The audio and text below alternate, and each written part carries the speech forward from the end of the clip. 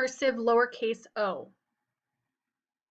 begins with an overcurve, like an A, down curve, retracing, an undercurve, again, much like the A, except we come back to the top part of that O, and then we have a check stroke.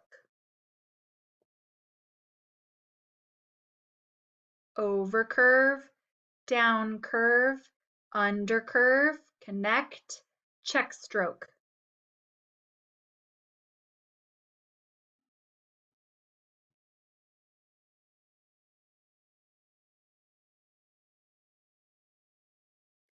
I've spoken about style before, and sometimes when people make the lowercase cursive o, you have your overcurve, down curve, undercurve. Sometimes people even do a little loop back to lead into their check stroke. Again, I'll do it that way. Again. Instead of connecting, there's a little loop back. That's more for style purposes.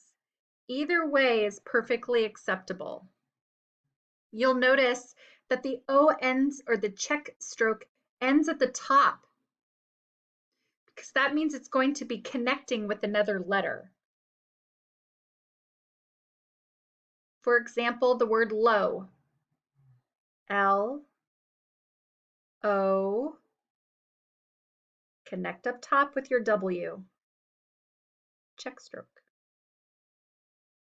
So in this example, I have the loop back, or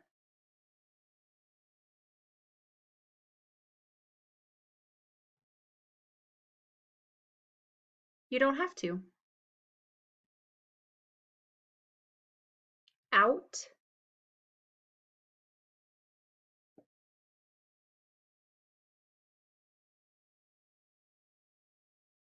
connect up top, straight into that U, T all the way to the top, cross your T.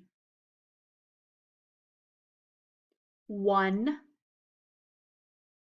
W, O, N, 2 humps. You'll notice that my style tends to have that loop back. That just helps me with the flow as I'm moving my pencil along and forming my letters. Lemon, L, E, M, O, N. Again, that check stroke leads straight into your letter. Done. D, O, N, E. So as you practice your letter O, you'll begin to feel. Do you want to simply connect and go straight into your check stroke? Or do you feel more comfortable looping back into your next letter?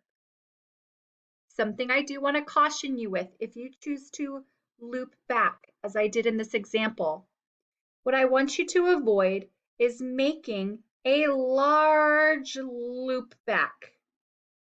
That is a huge loop, and we don't want to do that. Because when you form your words, such as done, and a large loop back, it becomes really distracting. So you want to make sure that if you're choosing that loop back, that it's nice and small, as I've done up here in lemon, as well as in one and done.